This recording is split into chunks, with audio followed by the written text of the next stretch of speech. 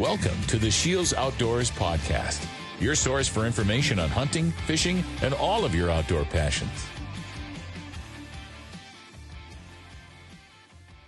Hello, everyone, and welcome to the SCHEELS Outdoors Podcast. I'm your host, Mike Anderson, and I have a very special guest with me today, CJ Buck of Buck Knives. How are you doing today? Mike, I'm doing great. Thank you for having me. All right. It's great to have you here. So we're at SCHEELS University right now, Hunting University, where we are training our experts to be experts in the field, learning more about all the products so we can best serve customers. So we get the pleasure of listening to you speak tonight. Can you dive a little bit into what we're going to hear? Sure. First off, I'm going to walk everybody through kind of our family company history. So the beautiful thing and the terrible thing about a family business is family. So there's lots of interactions, lots of just scenarios that have come through. So tonight I'm going to talk about some actual miracles that took place in my grandfather's life, talk a little bit about why we hold ourselves as kind of a Christian company and put a Christian testimony in every box that we put out. Talk a little bit about the family dynamics, because we are a fifth generation family-held business. I am generation 4, starting with my great-grandfather, and my son is now involved with the business. He's our, I tease him about being the master of the universe, but he is our master scheduler. So we rise and fall based upon the production signals that he sends. Great to hear. Very strong company and continuing generation after generation. So let's talk a little bit about the history of Buck Knives. How did it originally start? Okay, so my great-grandfather, Hoyt Heath Buck, H.H. Buck, he was living in Leavenworth, Kansas as a teenager, working as an apprentice blacksmith, and he would take the worn-down files that were being discarded. He would soften them, so he would anneal them using heat, and he would make knives out of them. So when you think about a file, it's been over-hardened so that it can cut steel. It can shape horseshoes and wagon wheels and whatever else they were working on at the turn of the century.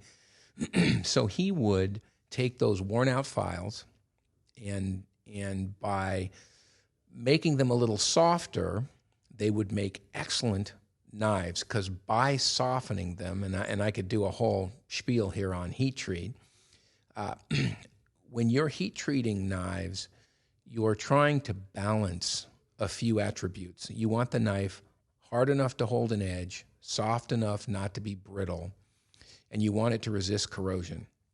So that when you think about a file is a high carbon tool steel, and a high carbon steel can be harder without being brittle.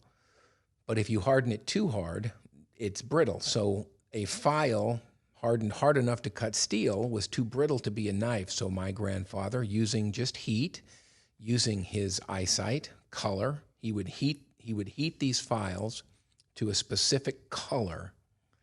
They also had a certain smell. So he would, by using his own physical senses, he experimented with how to heat treat, how to anneal these files to get the best combination of hard enough to hold an edge, soft enough not to be brittle, because a knife doesn't do you any good if it breaks in half. So you want it to hold that edge. So he made knives. Now, so this is a turn of the century, 1902. So he made knives in that little blacksmith shop for 4 or 5 years before relocating to the Pacific Northwest. He married and raised his family just north of Seattle, Washington, out in the woods. He had 7 kids. He had 3 girls, 4 boys. My grandfather, Al, was the oldest of the 4 boys. My grandfather moved down to San Diego my grandfather moved down to San Diego, joined the Navy, and fell in love with the San Diego area and located there and raised his family in San Diego. Meanwhile, Hoyt and my great-grandmother Daisy ended up retiring, moving to Mountain Home, Idaho, pastoring a church in Mountain Home, Idaho in the mid-40s. When their health started to fail, they relocated from Mountain Home, Idaho down to San Diego, moved into a plumbing-free shack in my grandfather's backyard. My grandfather was a bus driver in San Diego, raising 4 kids in the mid-40s. His parents come move in with him. They build a 10-by-10 lean-to up against the side of his garage, and my great-grandfather starts trying to just help the family make ends meet by making knives in this little 10-by-10 lean-to. So my great-granddad would walk through the neighborhood collecting knives to sharpen. He would sharpen knives, and he would make new ones. So and then he taught his son Al. So he taught my grandfather how to make knives. So they were H. Buck & Son lifetime knives. Their value proposition was, this is the only knife you'll ever need for your entire life. If you ever have a problem with it, bring it back. We'll fix it. We'll replace it. We'll take care of you. We'll give you your money, whatever it takes. That warranty, that lifetime warranty, was thus a lifetime knife. So it was H. Buck & Son lifetime knives. My great-grandfather passed away in 49, so he and Al really only worked together for a couple years, 2 or 3 years at the most, before my great-granddad passed away. And so my grandfather, his 2 sons, my father and my uncle, and his brother-in-law, Chuck Shapter, my grandmother's younger brother, the 4 of them did the buck knife mower and saw works. And so what's funny is that, so this is back in the 50s, so probably around the mid-50s. Once my father got his driver's license, he was the delivery guy for the Sears Craftsman lawnmower repair service. So he would, if you brought your lawnmower into the San Diego Sears and dropped it off for repair, my father would pick it up in the company truck, take it back to the shop, tune it up, sharpen the blades, and take it back to Sears. Anyway, it's kind of funny, those stories. So we incorporated, so all through the 50s, it was the 4 of them, making knives, probably making, 25 to 30 knives a week, and selling them either by ad in sporting goods magazines, or they had a little showroom right there in San Diego. We incorporated in 1961 with 12 people. My grandfather participated in the church choir.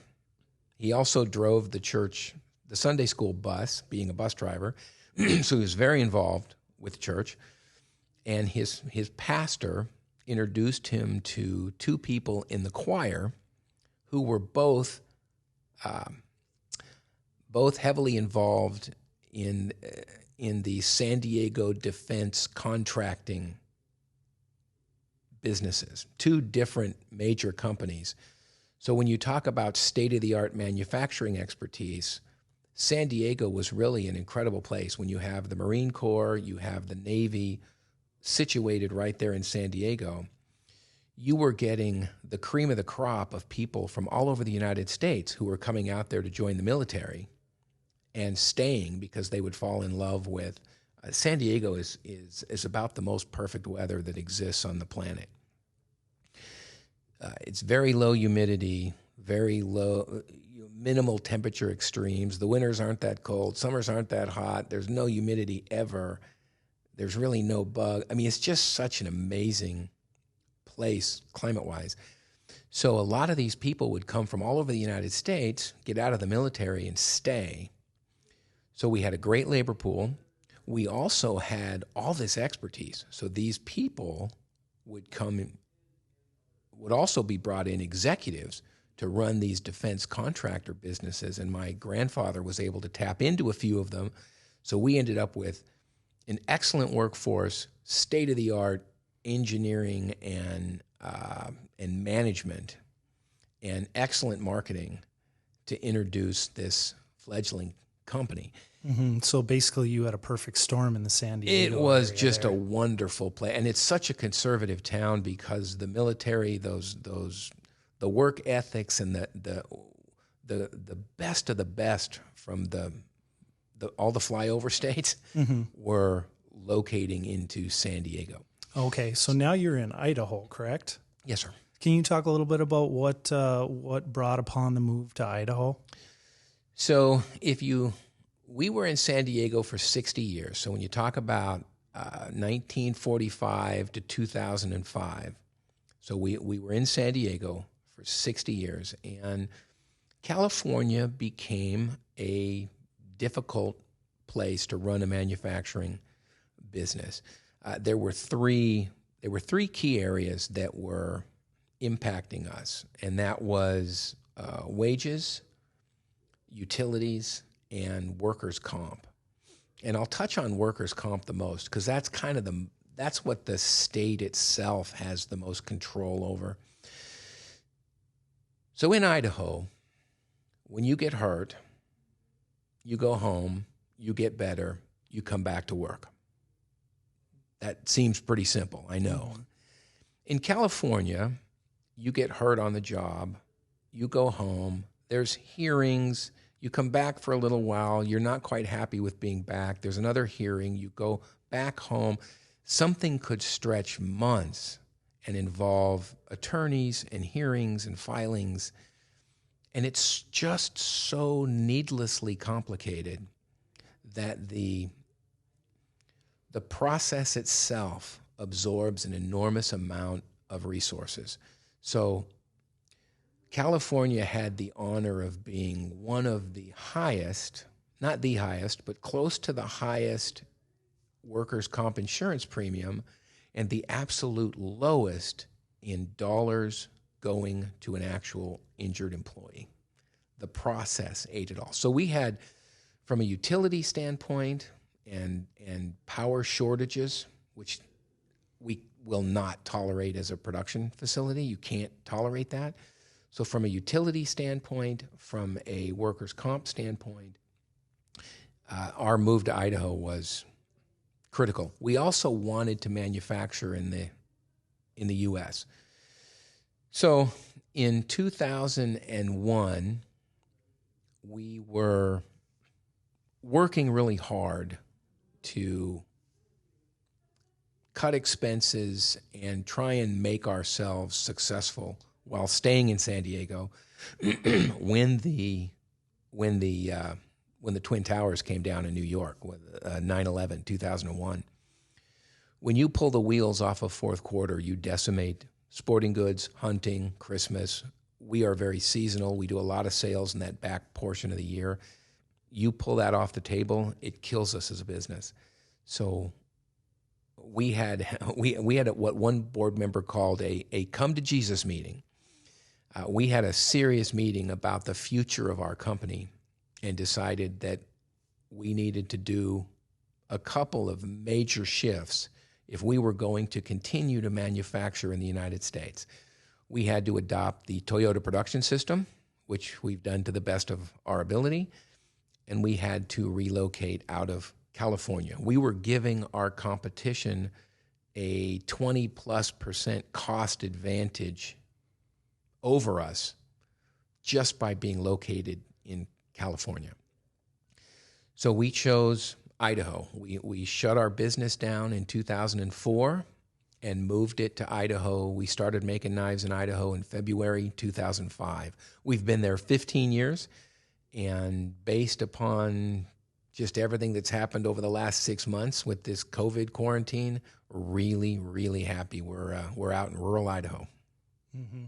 Yeah, it's a great thing to be American made right now. You don't have to worry about shipping overseas. Yeah, we have greater control over our quality. We have been able to internalize a number of processes that we used to outsource. Like Cerakote is an internal process. It's a baked on paint coating using a ceramic based paint. It's an excellent process. We've insourced that. We've insourced a lot of CNC machining. All things we used to have to get vendors to do for us, and you always struggle with controlling that quality. You bring that internally. One, you don't have to build something you don't need, but two, you have control over that quality. And some of the knives that we're making now, the newer locking mechanisms have much finer requirements in order to function properly, and the ability to have more control over the manufacturing of the parts is crucial to how well those knives go together in assembly and how they function for customers. And when you warranty something for forever, it really matters how things function for customers. If there's any problem, we get it back. So we're very careful putting out the best product we can. Perfect. And you guys put out an incredible product. So up to this point, what has been your biggest struggle or challenge with buck knives? It's been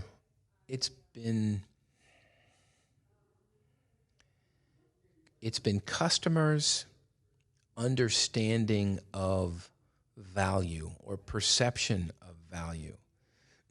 So when you think about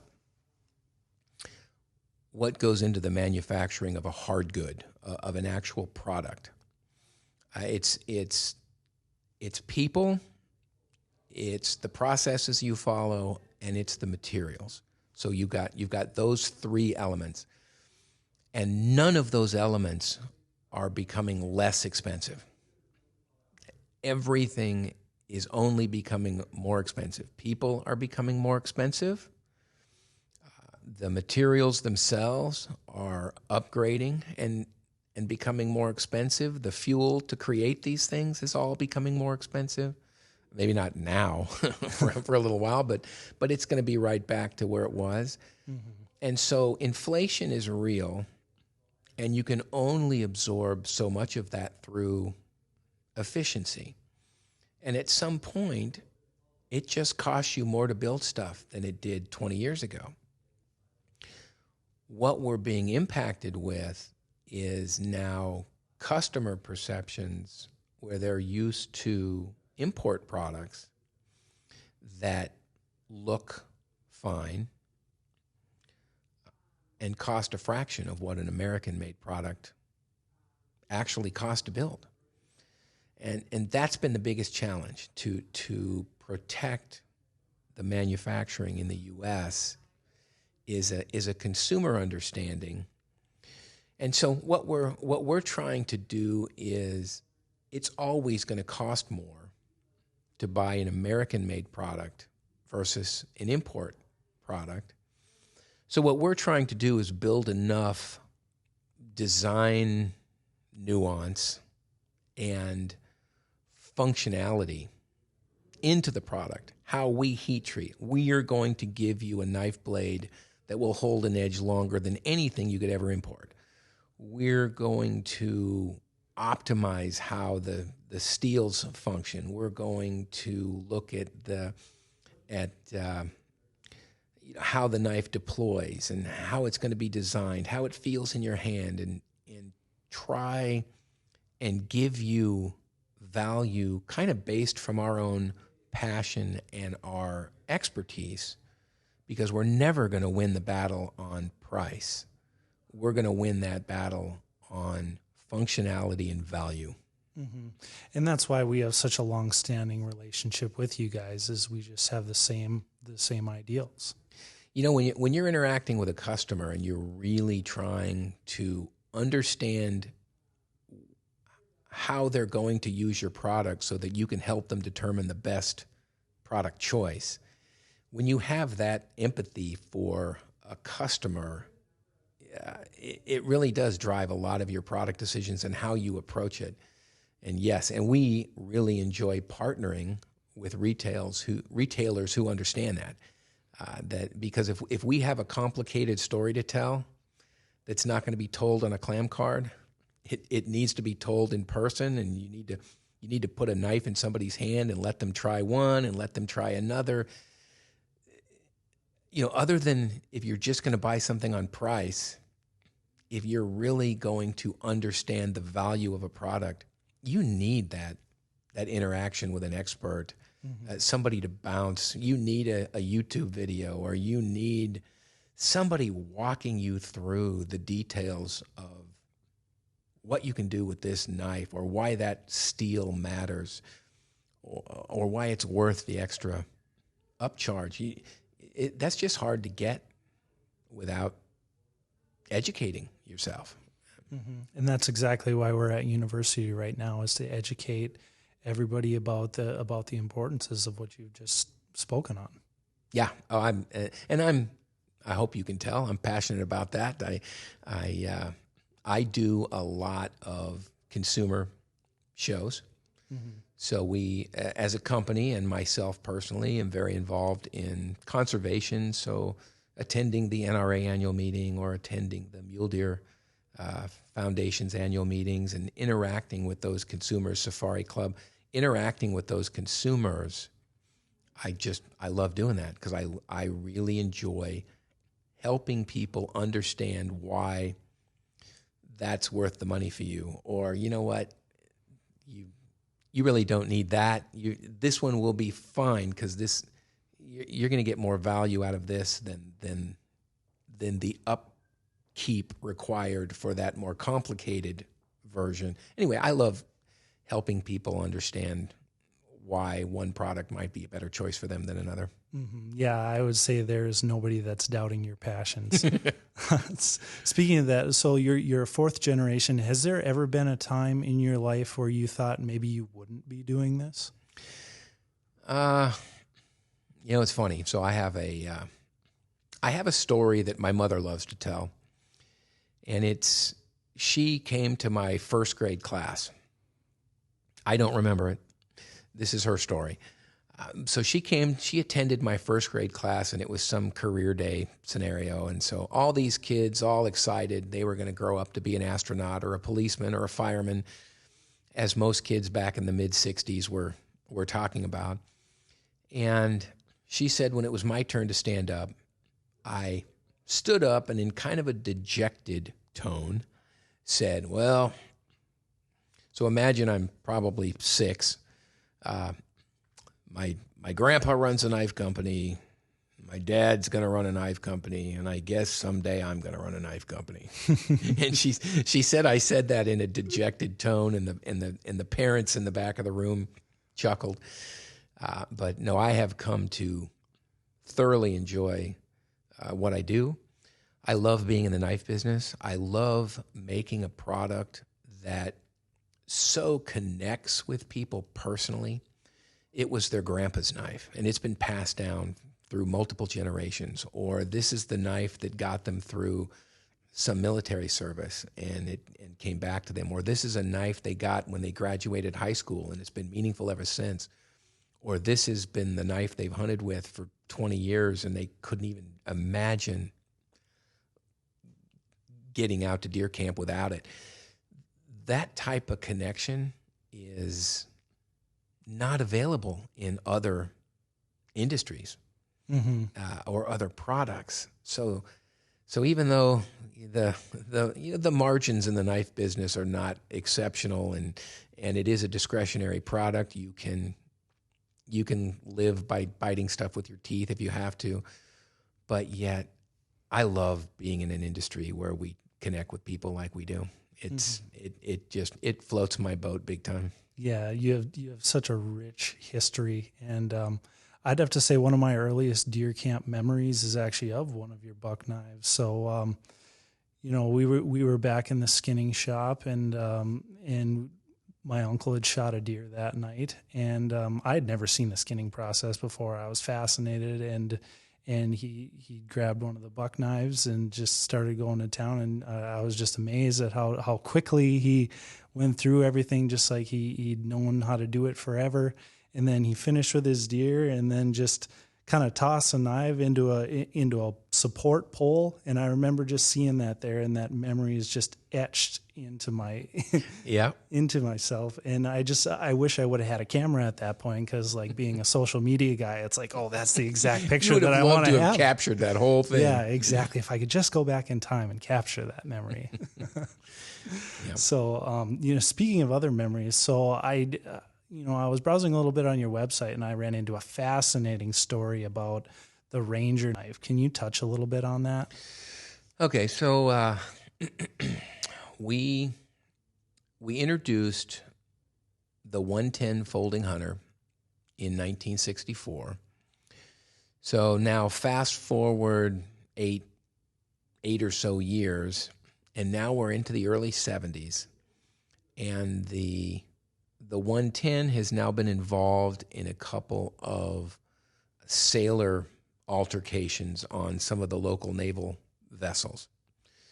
So there's a ruling that comes down that knives with blades over 3 inches are not allowed to be carried on board.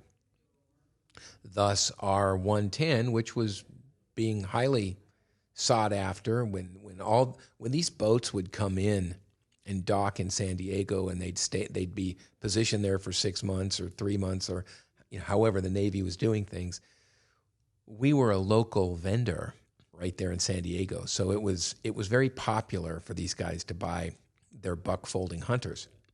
So when they became illegal with a 4-inch blade and a 3-inch limit, my grandfather reinvented the 110 with a 2 7/8 inch blade. So just coming in under that 3-inch limit. And the USS Ranger, which happened to be stationed in Long Beach right at that time, became the perfect namesake for this smaller version of the 110 folding hunter. So we had the 110 folding hunter, and now we had the 112 Ranger.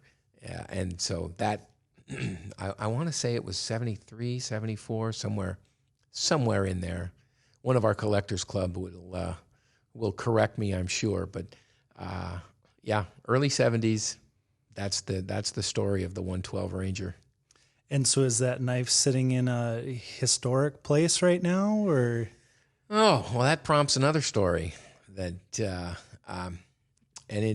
So this is early 70s. I'm probably 13 or 14 years old. And I'm going skin diving with some friends in Mission Beach Jetty. Yeah, so I open up the junk drawer in the kitchen, thumb through, see a folding knife, and drop it into the pocket of my bathing suit.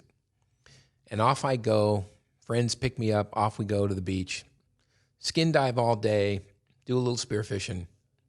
Somewhere during that day, I lose that knife. It falls out of my pocket. Don't think anything of it. It was in the junk drawer. Come home. So fast forward 3-4 months later, and there's my father thumbing through that junk drawer. And I'm just sitting in the kitchen. I don't know why. And my mom is there doing something, and my dad's thumbing through that drawer, got his back to me, and he stops. He goes, "Has anybody seen that folding knife that was in this drawer?" And I'm like, "Oh, yeah, I took it out at skin diving, lost it." And he whips around, and he's glowering, and it's taking me back a little bit. And he said, "That was the prototype for the 112 Ranger." I don't even think he named it then, because it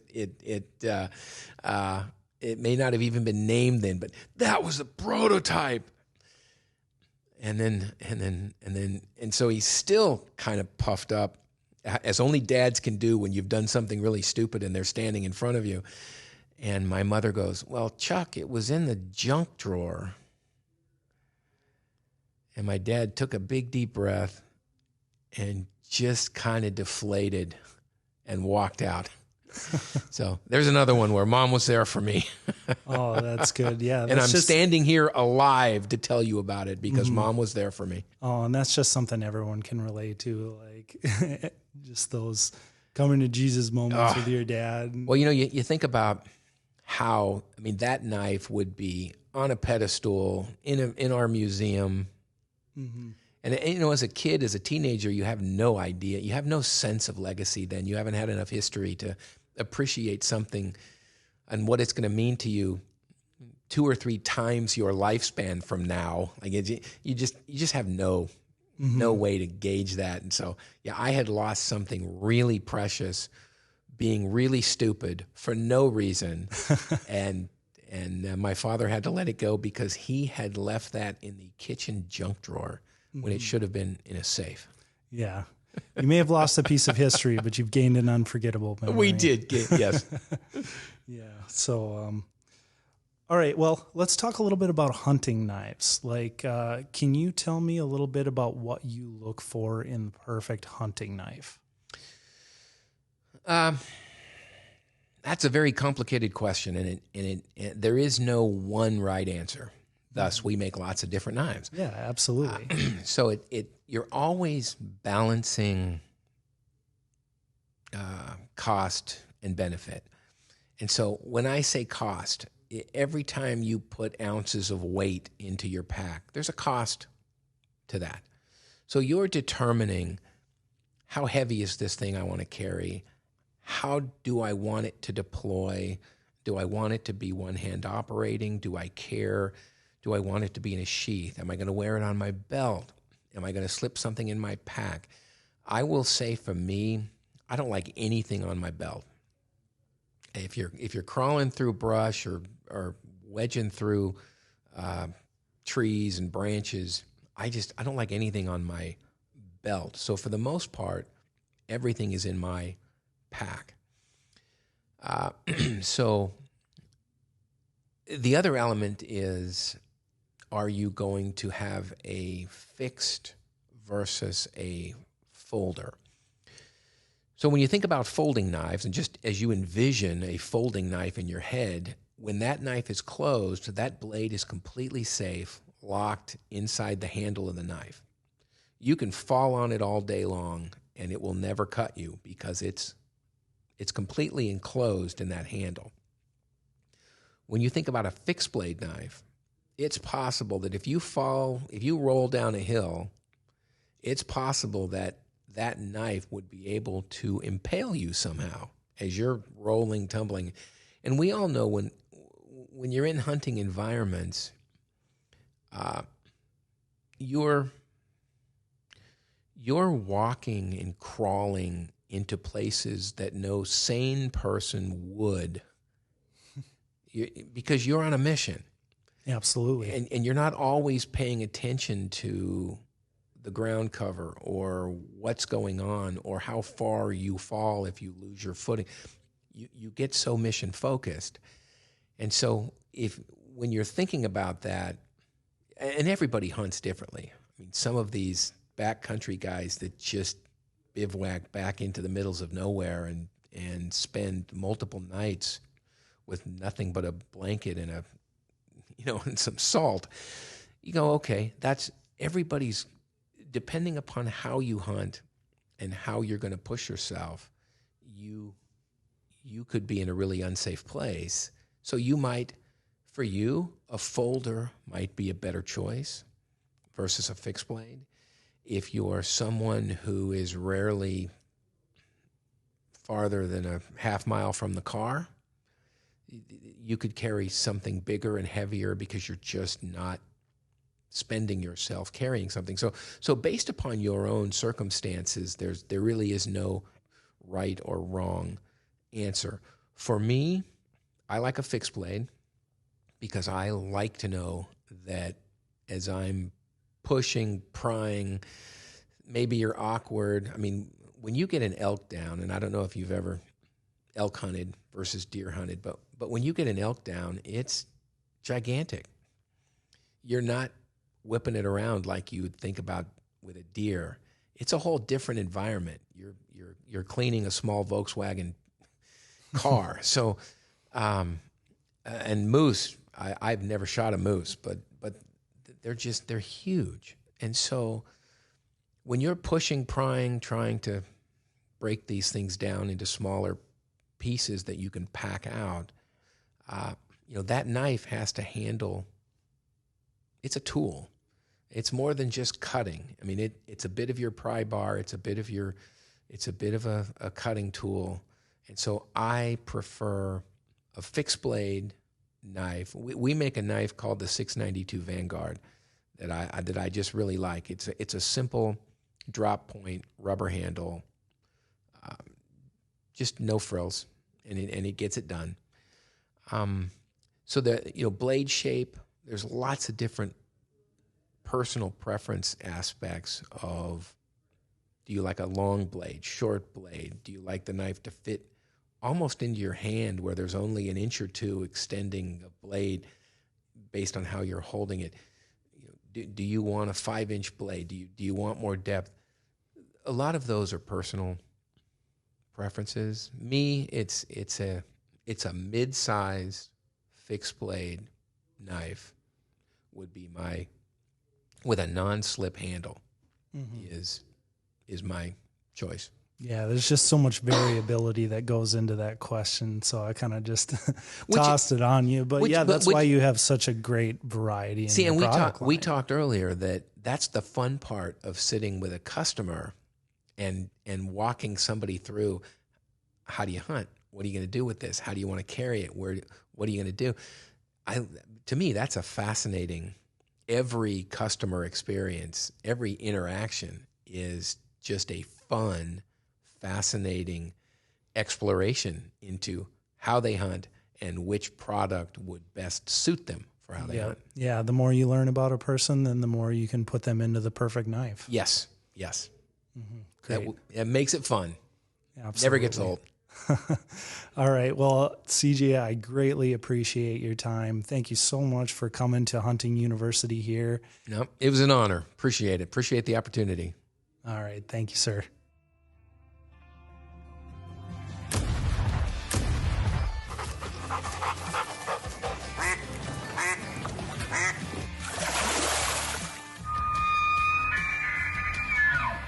Thank you for listening to the SCHEELS Outdoors Podcast.